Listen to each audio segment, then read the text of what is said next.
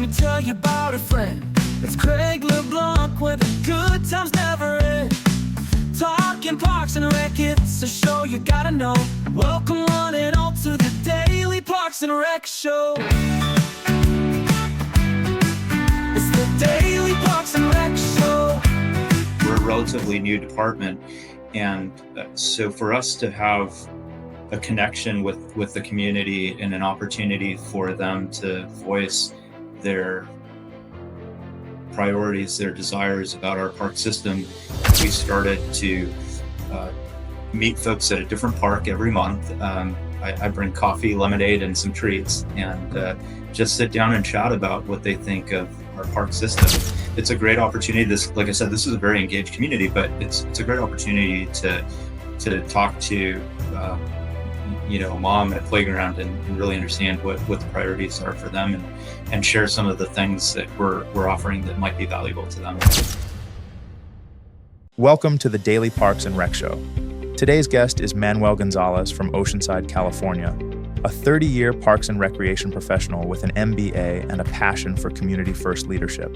From launching Coffee in the Park to tackling equity and access and scholarships, Manuel's work is all about meeting people. The City of Oceanside Parks and Recreation offers a variety of fun ways for residents and visitors to engage in the community.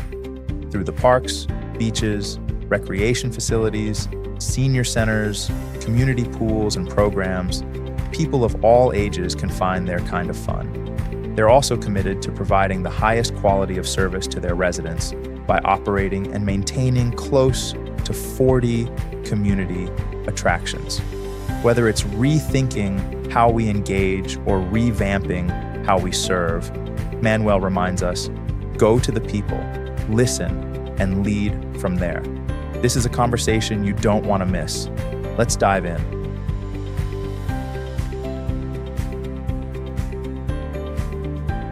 Craig LeBlanc again here live with the Daily Parks and Rec Show, Leaderships in Parks and Rec edition, every Monday, Tuesday, Wednesday, and Thursday, 12 noon Eastern. We've got special guests with us, Manuel Gonzalez, and now for him, he's over in California, so our 12 noon is here at 9 a.m., correct, over there? It is, yes. Yeah. Thank you for having me this morning. It's a pleasure to join you. Yeah, great to have you. I think you've got a lot of, we always look for guests that are doing something really well that we feel like would be worth sharing with the whole Parks and Rec community across the country. And there was a couple of things that we spoke about in our pre-show prep call that I think you do really well, and I think it's just a really good practice, among other things. But maybe we can start with that coffee in the park. I really like that, and just a way for you to kind of engage with your staffers, and in a very unique way that kind of gets them out of the office a little bit. But tell us a little bit more about that, and where'd you get that idea from?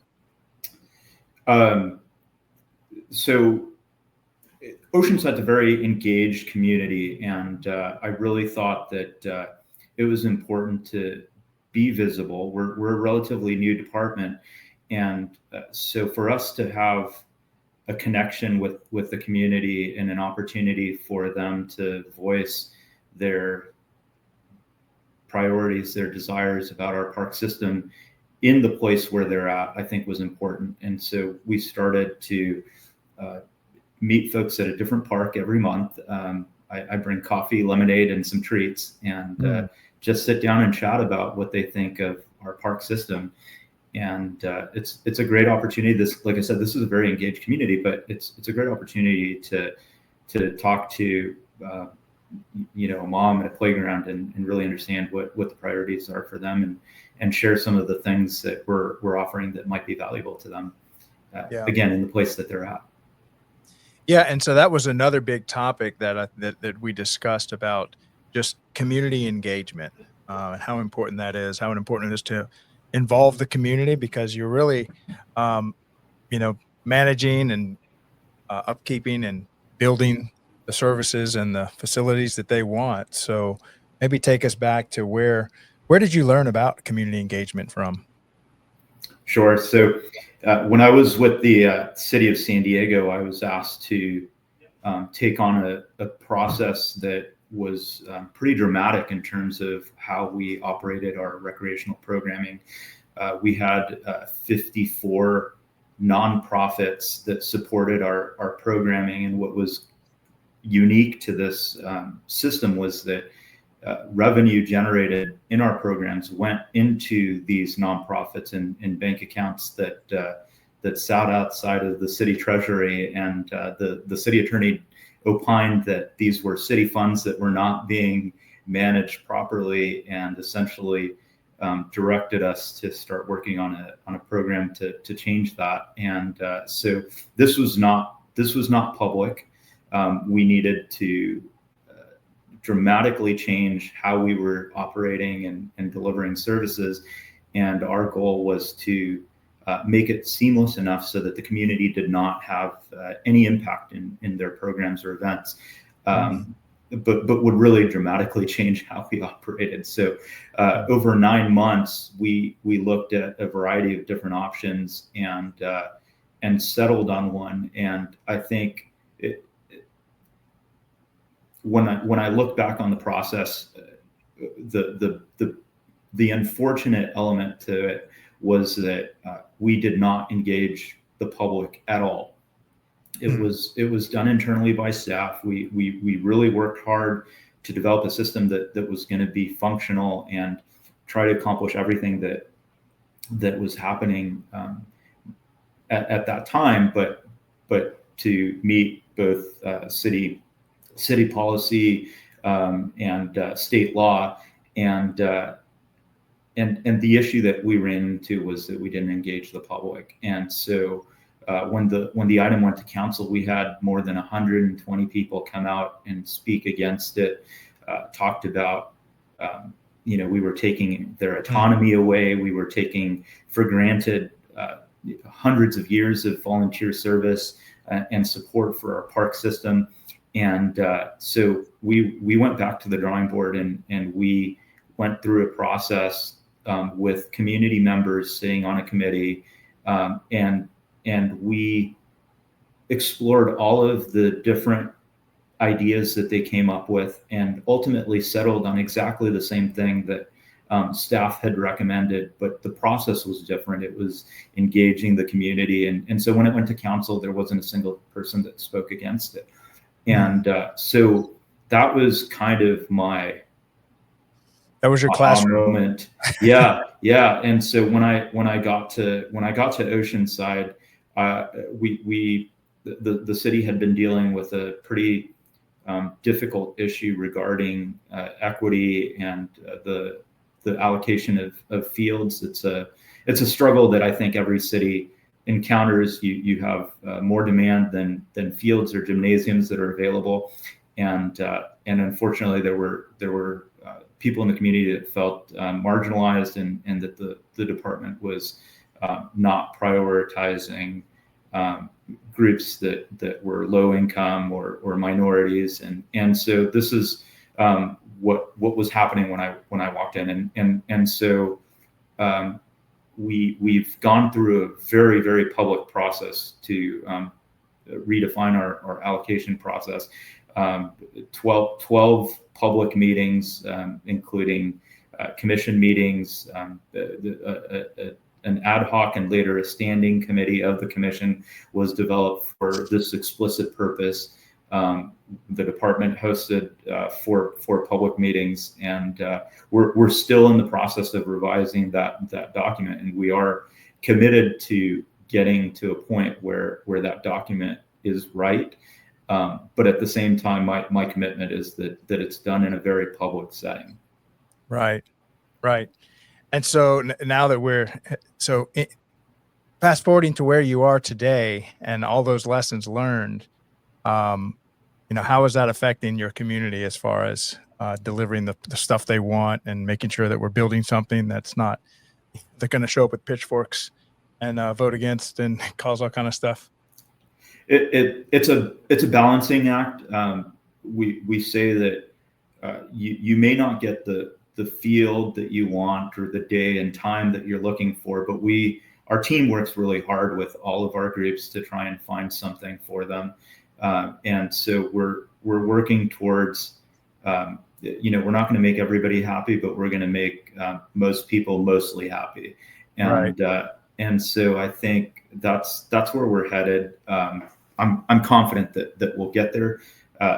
Equity is something that is very important to me and to this department and city, and so it really permeates more than just this process. It's about everything that we do. So as an example, we're revamping our scholarship program because we were essentially limited to what money we were able to gather through donations, through grants, and our scholarship program was not supported by the general fund. And so one of the items that's going to City Council next month is to add $131,000 for scholarship funds to make our programs more accessible for the folks that really need some help. Fantastic. So now one thing, I kind of shifting gears a little bit. I noticed you went back to school for your MBA. Is that correct? I did. Yeah. I thought it was important to really look at our operations from a fiscal sense. I really pride myself on balancing all of the programs that are so altruistic and really for public benefit, that impact health, that impact both physical and mental health, but also doing it in a way that's fiscally responsible. And I thought it was important to really go back to school and formalize that process. So that a lot of what I learned was about the fiscal management of an organization, but also about all of the soft skills that make any kind of business function, in building relationships and managing difficult situations and difficult conversations. I thought that program really reinforced that in me. Yeah. And so I know a lot of times in parks, there seems to be an avoidance towards understanding the finances, the bean counting, the deferred maintenance. And a lot of park systems can find themselves in trouble because they're not as focused on running a sustainable financial system as they are about delivering services and stuff like that. But maybe you can speak on how important it is to make sure that you sharpen your skills when it comes to finances and accounting when you're running a Parks and Rec department. Sure, and I think one of the things that if you've been in the industry long enough and you've seen the economic realities cycle up and down, it's not a question of whether, but when you're going to be asked to make cuts. And so being in a position where we're looking at efficiency, where we're looking at what is the best way to deliver the services that we are so passionate about and that the community needs in such a way that we're prepared for the next down cycle, and we're not scrambling to preserve those services, but in fact that you have programs that generate revenue that balance the ones that do not, and I think that's absolutely critical for the holistic operation of a department. Yeah. And so what do you think are some of the best practices? Let's say somebody that really doesn't have an accounting background, they came from, like, say, the sports side or the park side, and they rose up in leadership, and now all of a sudden they're over the whole thing, and accounting's now somewhat of a new mindset for them. What kind of advice would you give them to say, all right, well, I know you might be a master at, youth sports or a master at maybe park systems, but now you're going to have this new skill set when it comes to accounting. Is there anything you can do to kind of help guide people on that? I think obviously there's the option to go back to school, but that's not it for everybody. But whether it's through the National Recreation Parks Association or here in California, the California Parks and Recreation Society, there's a lot of resources related to everything that you need to become a well-rounded parks and recreation professional. And so, it's just about really taking the time to embrace that element, understand that yes, it's important. What you provide is important, but in order to be in a position to continue to do that when the economy enters a recession, you need to be positioned to really have the best situation that you can. And so whether it's attending trade conferences, whether it's looking at what's available in terms of cost recovery, in this particular situation, our city council has set a cost recovery policy, and so that's an important thing that our younger staff have to really learn about and embrace and understand how you can operate within the context of that council direction. And so are you able to share what y'all's cost recovery guidelines are? Yeah, so when it comes to youth sports and youth programs, senior programs, things like lap swim, the cost recovery is at it's at 75% of direct costs, and then when it comes to actual programming that's for youth, whether it be an after-school program or a sports league or something along those lines, it's 100% of direct costs that we have to recover. Yeah.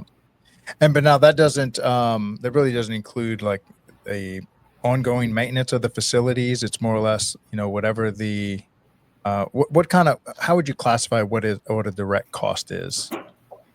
Yeah, so it's the utilities that go into providing that. Often we think of the staff that's leading the program or the contractor that's leading a program, but someone had to open the doors and turn the lights on, and that goes into it. There's another layer to cost recovery that includes the indirect costs, and some of our specialty programs have to recover some of those indirect costs. And so you start looking at everything that goes into operating a department. So as an example, our department has an 8.3 million operating budget, and of that, almost 5.1 million is personnel. Another just over 1 million is internal services. So our share of the city attorney, the city manager, risk manager, IT, everything that goes into being a holistic department. And then 2.2 million that goes into our maintenance and actual operations. As we get into those specialty programs, those things that really don't have broad impact on community benefit, we start to need to address some of those costs that are not necessarily associated with the execution of that class or that program. Yeah. And so anything else when it comes to cost recovery tricks that y'all maybe learned along the way, ways that you can kind of recover more of what you spend? I think it's really looking at your inventory of programs holistically, understanding what are the programs that are in demand, and understanding your costs as well as your competition, whether it's a neighboring city or another provider of recreational programming. There's a lot, what's surfaced a lot after COVID is a lot of private providers that are offering things that were traditionally offered through recreation programs or nonprofits like the YMCA, but there's a lot of competition. So understanding, what the appropriate price point will be. And then having those classes that you understand or programs or events that you understand are for public benefit. They're not going to generate revenue, and they need to be they need to be subsidized by those other programs. So having a balance and being intentional about what you're offering as a whole, I think is how And you so get there. what are some obvious ones that y'all would classify as, look, this is more of a public need, maybe needs one might be something that we offer for our seniors, getting them, either food or maybe some type of healthcare. I'm kind of like, what are some of the ones that you want to, rope off and say, regardless of whether we can recover the cost or not, we want to keep these going because there's a lot of people in our community that depend on these. Yeah, we have an after school program that we offer that's really fantastic program, and it's very affordable. It's $125 for 6 months of Monday through Friday care, and obviously that doesn't recover its costs. It doesn't even meet our council policy. So we have to generate significantly more revenue on some other programs to be able to subsidize and continue to offer that program. Right. Yeah, after school care is an important one because and shout out to Gabby Vera. She grew up in Miami, and her family was after school care. She was raised by a single mom, but now she has one of the best after school programs, I think, in the country, just because, this is what she loved, where she discovered Parks and Rec, and now she's a director. So those are critically important. Anything else similar to that? In terms of programming that we value at a lower cost, there's a lot of senior programming, folks that are on fixed income that we understand that we can't charge market rate and expect for our seniors to be able to participate in. And we're actually going through a process. We joined the ARP Age Friendly Network last April. And so we're in the middle of our 5-year action plan to really understand what are the priorities of the Oceanside community in terms of making Oceanside a little bit more livable for older adults and folks living with disabilities. So that process is really helping us to understand what our senior community really wants and needs to be able to enjoy Oceanside. Now, shifting gears a little bit, tell us a little bit about how you got involved in Parks and Rec. Did you kind of discover it after as a discovery major or later in life, or did you kind of grow up in Parks and Rec? Yes, it's really not intentional. There are some people that just knew that their life was parks and recreation. I'm not one of those.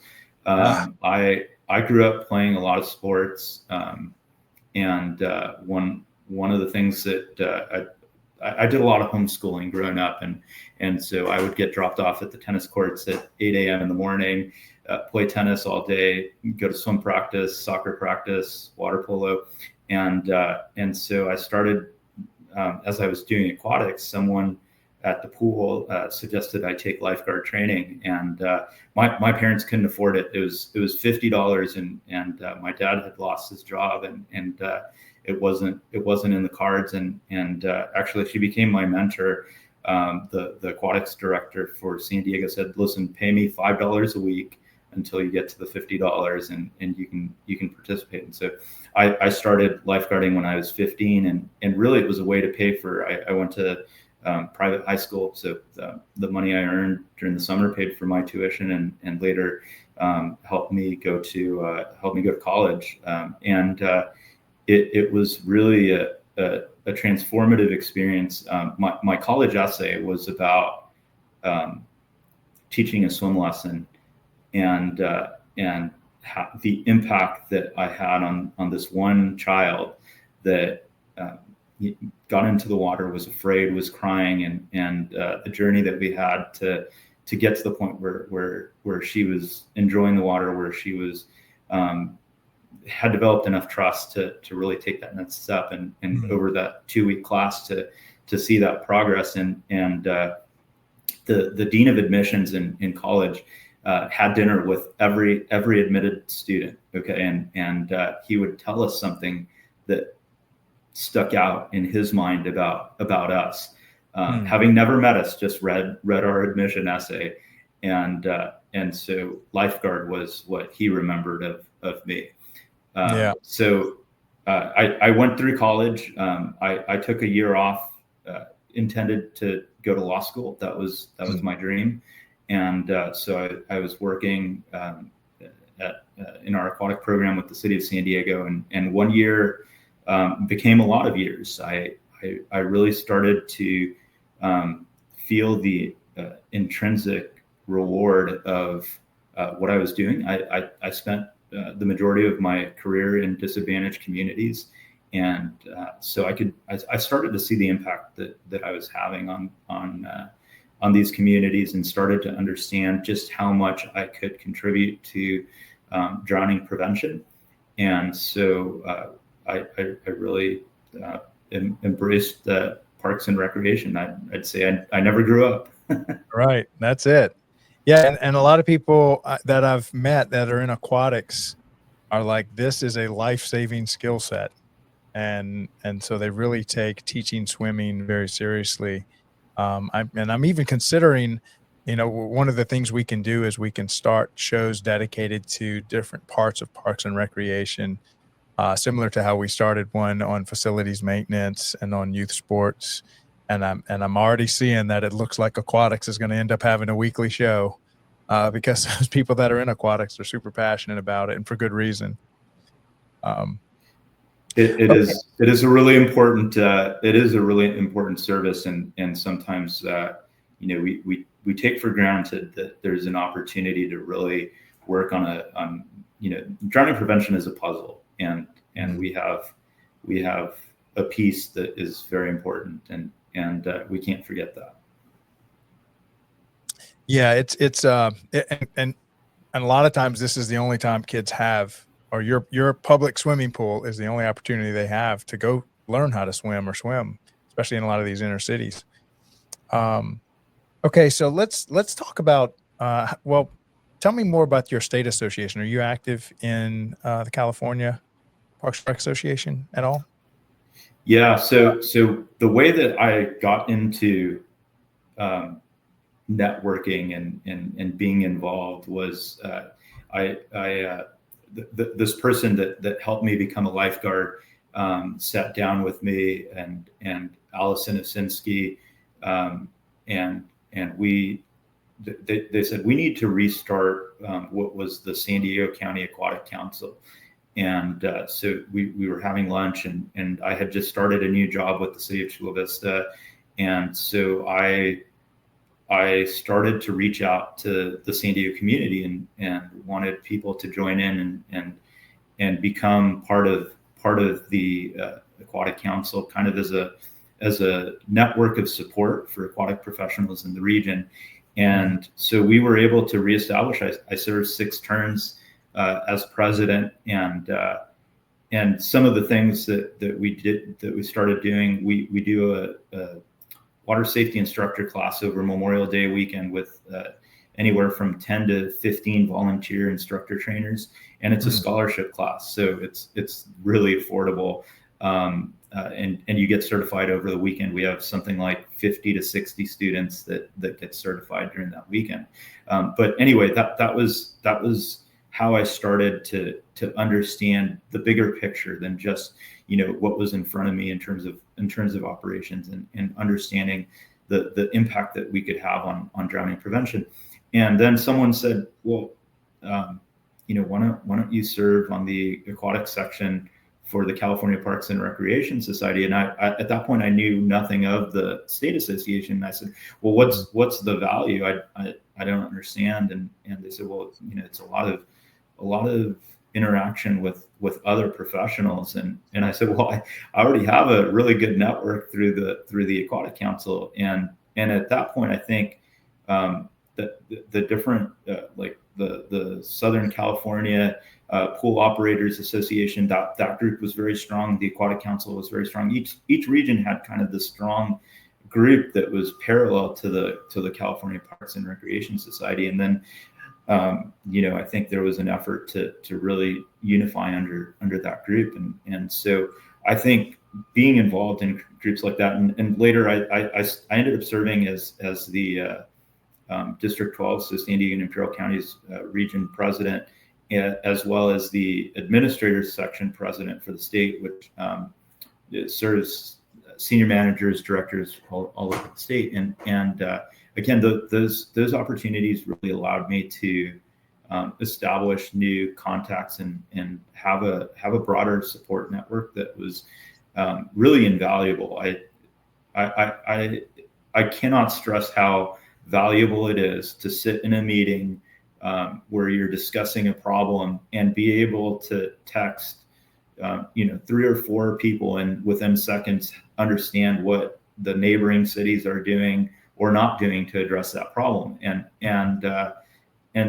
so I think having that support network and being able to bounce off ideas is so important. And the CPRS, NRPA, those are great opportunities. And there's a lot of other educational opportunities, but this is, if you truly want to invest in a career in parks and recreation, it takes, you need to be willing to do more than the 9 to 5.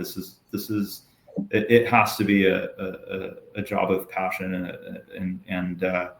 and part of that is looking at resources that are outside of your immediate surrounding. Yeah. Now tell us about all the different districts, because I know California is almost like its own mini national convention. And except of course, California is a big state already, but how many members do you have any idea what the member count is in California and what roughly attends a state association annual event? I don't know the membership number at this point. I know that when we hosted the conference here in San Diego, we had just over 2,000 people attend the state conference. Wow. And so you get to interact with people from a variety of different fields in parks and recreation, and really broaden that network. And there are 15 districts, so the organization is set up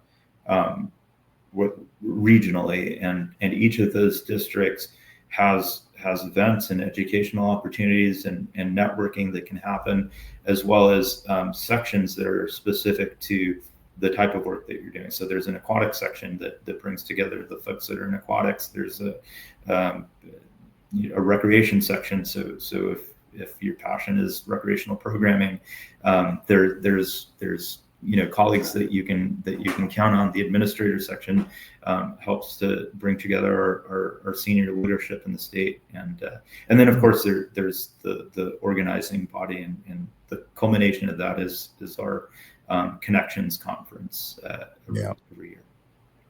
Now, do they have anything for facilities maintenance? Or do you have like a maintenance rodeo or anything that goes on?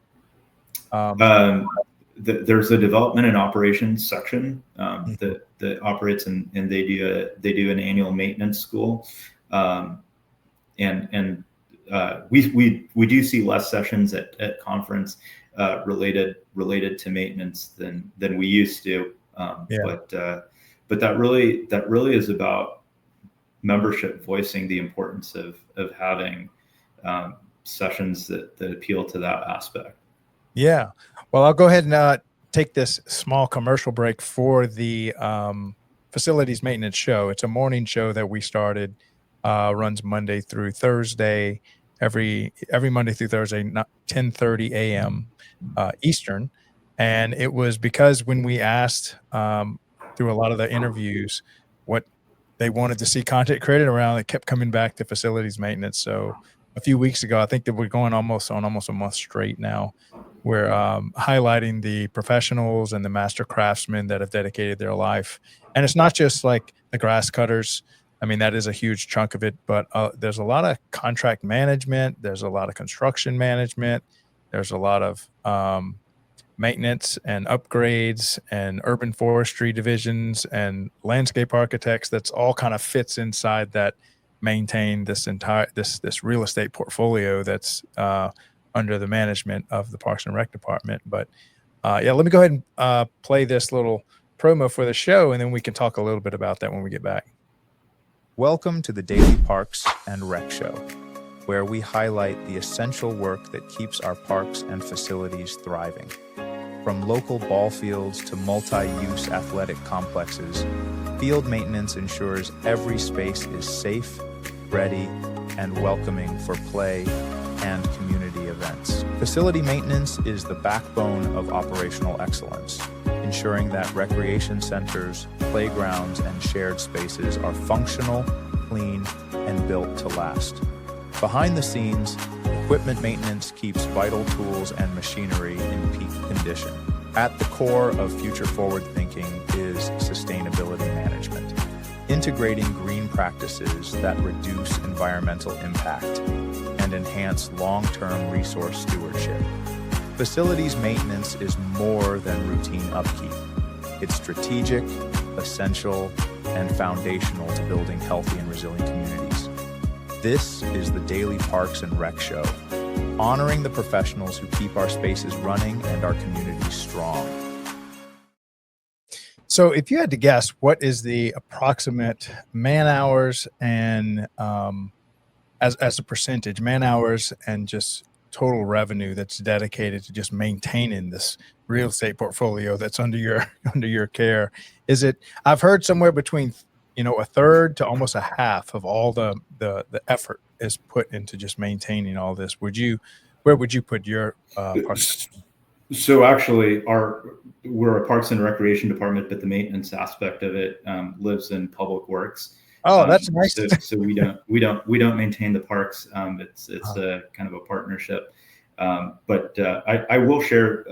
After 18 years in aquatics, I moved back to the city of San Diego, and the position I was offered was to oversee parks and recreational programming, but it included maintenance of those parks. And I was expecting to be offered an aquatic position at a similar level, and I honestly thought about not accepting the offer, and it was the greatest opportunity that opened so many doors for me. But that transition was really opened my eyes in terms of the different values in our park systems and how much goes into providing the spaces that the community sometimes takes for granted, but is critical to everything that we do as a society. Whether it's impact in property values, whether it's a space where you can go and enjoy a green space and have a little bit of moment of tranquility or do some athletic activities. And so when I look back at the time when my position split the maintenance and the recreational side, it was heavily maintenance. That was where the problems happened. That was where the majority of our cost was devoted to, and so I think it sometimes is forgotten that to have these spaces that are so inviting takes a lot of effort and a lot of investment. Yeah, it really does, and it really is never ending. The Mother Nature is always trying to grow, and typically something that you're not trying to grow when it comes to maintaining these green spaces. And then I've learned so much about just urban forestry. We're probably going to end up doing at least a 4-part series and maybe have a monthly or weekly show around urban forestry and the importance of trees and a lot of these certified arborists that have dedicated their lives to understanding it. And these tree inventories are just massive, like 20, 30,000 trees that they're maintaining with a crew of, 3 to 10 people with $1 million worth of equipment chasing around these trees. But the quality of life that it adds to its community. I know living here in the South, we have, it's nothing to see 200- and 300-year live oak trees in South Louisiana everywhere, and we just kind of take them for granted. But if they weren't there, I think this place would almost be unlivable. And that most of the time falls somehow in the Parks and Rec department, among many other things that the Parks and Rec department seems to get. Well, Now, is there anything with regards to special events that y'all do in your community?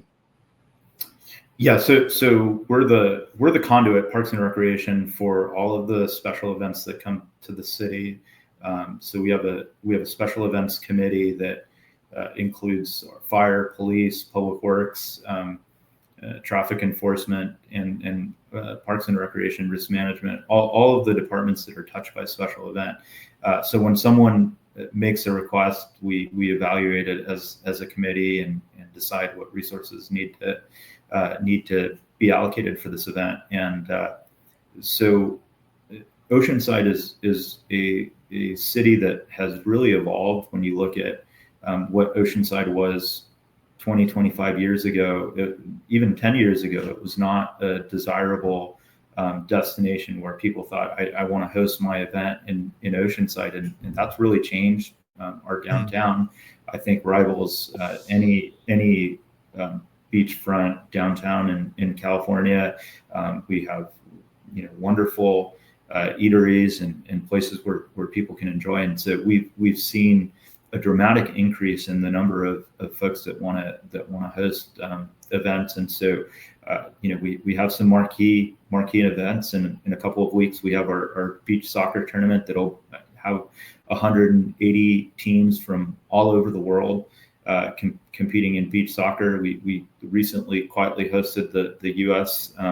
National team when they were looking for a spot to practice in preparation for some of their competition.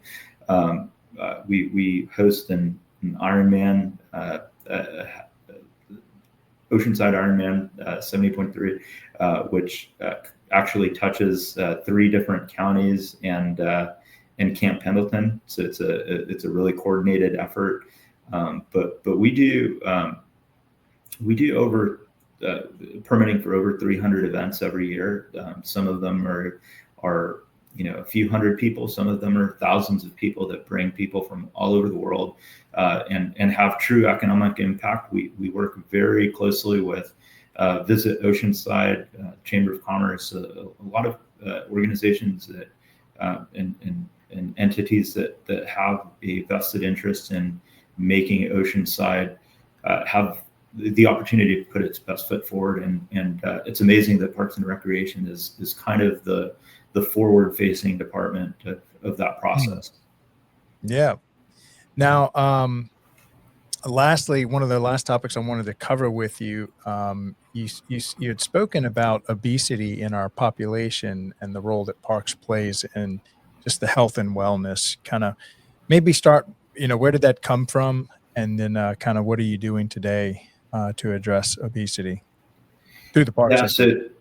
So this kind of started for me when I was in Chula Vista, and we had a great relationship with the school district, and we were in the process of looking for funding for a swim lesson program. That was my passion. But in that process, I discovered that there was really this obesity problem, and that swimming could be part of that solution, but there were definitely other elements that could.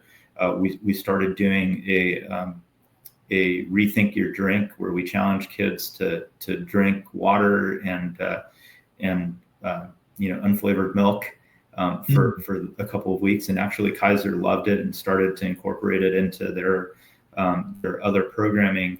But I want to share something, because I had a kind of a pivotal epiphany moment a couple of weeks ago, ironically, at a session by a playground manufacturer about inclusivity. And they asked us to think about a memory in our past about how we played. And so I was thinking back to when I was a kid and where we played. And I thought back, I'm originally from the Bay Area. There's a park, Tilden Park, that has this really iconic concrete slide that's built into the embankment. And it's a pretty big slide. And you'd run up, you'd grab a piece of cardboard and get some speed down. But that's my memory. I don't remember ever playing on a playground structure, and so we're in the middle of all these projects where we're reimagining our playgrounds and our spaces and focusing on what we provide, and really this caused me to think back, well, what is it that truly makes a park memorable, and what do kids gravitate? And I started thinking, as kids are young, you might buy your daughter a dollhouse, and you spend all this money, and you're excited to see her open her gift and play, and she's fascinated by the box that came. Right. And so it's really interesting what kids gravitate towards. And I lost slide. There we go. So I started to think about where are our priorities, and how do we engage kids in a way that fights the structure that we've gotten to, because the play that I grew up with was very unstructured, and now everything is very structured. There's travel ball and club teams, and everything fits into a much more defined box in terms of how you get from point A to point B, and there isn't that level of freedom to engage. And so I was thinking back to my youth, and as I said earlier, I homeschooled a lot. We lived on a ranch in Baja that was very isolated, and so I really had an opportunity to connect with nature in a way that I think we're trying to replicate. And like, we're understanding that we need to get kids back into nature and exploring. So when it comes to addressing obesity, I think we think of keeping kids active and engaging in sports and things like that. But I think it goes beyond that, because we're fighting screen time, and we're fighting all of the other priorities that kids have. And so it's about restructuring, what is fun, and what is it that kind of drives people to these public spaces, to our parks, and reimagining that. So that's what I'm kind of what's spinning in my mind for the past couple of weeks, because I think sometimes we go down a path of we're gonna do a new playground, and again, it's very structured. Here's the box that we're gonna work through. Yeah. And I love how you said that, a lot of times what the kids remember is not what you thought they would remember. And, I've had, a lot of times I know exactly what you're talking about. You give a kid the gift, and they end up playing with the box all day that it came in, maybe because the box has unlimited potential and possibilities, whereas the gift maybe has one use. So I love that. The last thing is, if you had to say, what is your why? Why do you keep, kind of what compels you in Parks and Rec? What has compelled you to dedicate your life and career to this industry, and what keeps you coming back for more? I think it's really about the impact that I have in the community. I see it in our teams internally, and the passion that the people working for us here in Oceanside have as they relate with the public. And then in turn, I see it, it doesn't take a thank you to see in the eyes of a child or a senior or an adult you are having an impact on creating a memory. You've created a happy space for them, and I think that's really what keeps me motivated. This is a job that requires us to be good at so many things, and to pivot constantly. And we can get caught up in the minutia of personnel issues and addressing problems and putting out fires, but and going back to attending trade conferences and hearing people speak. For me, it's not so much about the content and what I'm going to learn. It's about being inspired and taking a moment to take a deep breath, come up for a breath, and really think back to the big picture and what it is that I want to do, because and that we have to do as an organization. We get caught in the day-to-day things, and that takes us away sometimes from the big picture. And so that's it for me, is really seeing those smiles and joy in someone's eye, and that sense of we've brought them together in a place where they can enjoy their friends, their family, and so I think that's what keeps me coming back for more. Right. And I like how you say that, sometimes you can find yourself responding to emails, stuck behind the screen, stuck in meetings, never getting out. Are there any tricks that you use to kind of stay engaged and go find those moments where you can say, this is why I do this, to kind of keep you, engaged? I think, sometimes when we're offering a special event, I see folks waiting for community to engage with them, and my preference is to go to them, to introduce myself, to ask what they think. I think back to there was a project where the designer wanted us to incorporate some slides that were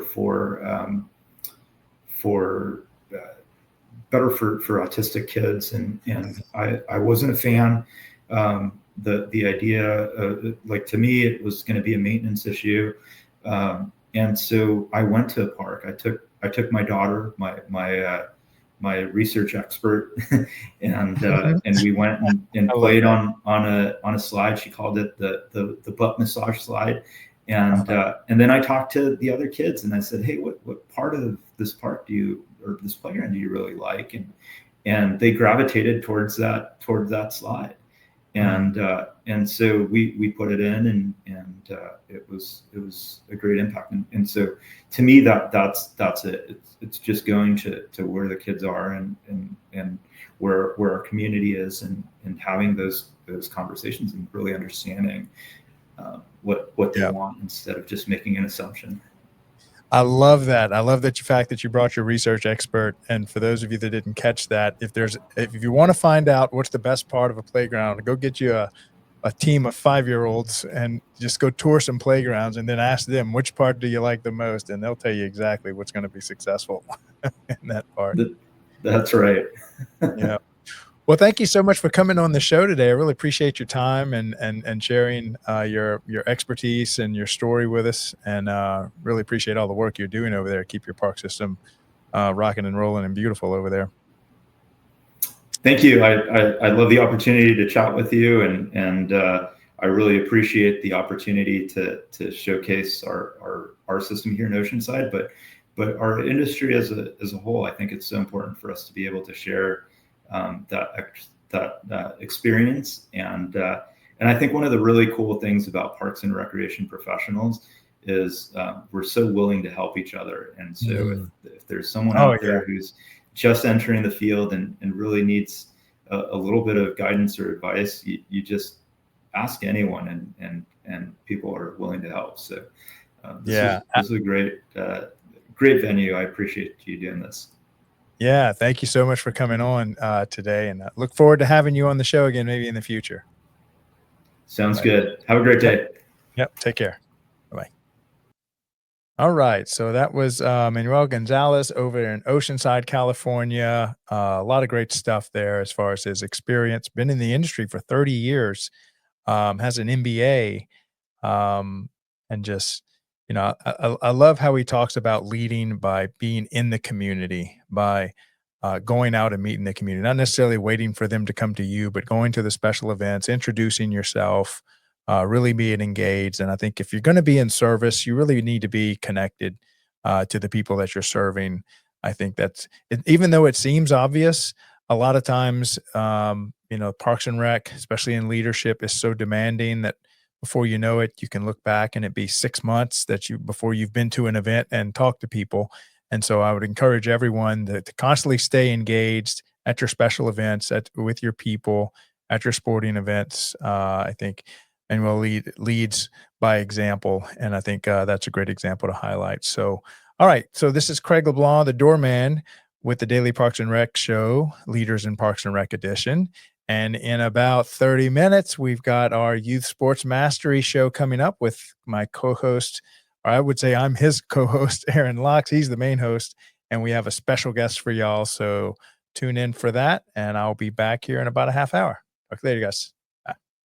Welcome to the Daily Parks and Rec Show, where we highlight the essential work that keeps our parks and facilities thriving.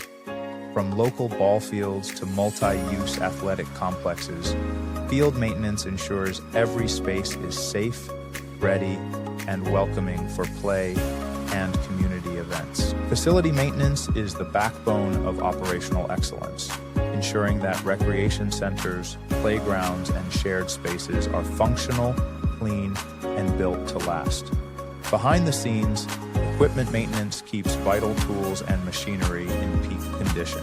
At the core of future forward thinking is sustainability management, integrating green practices that reduce environmental impact and enhance long-term resource stewardship.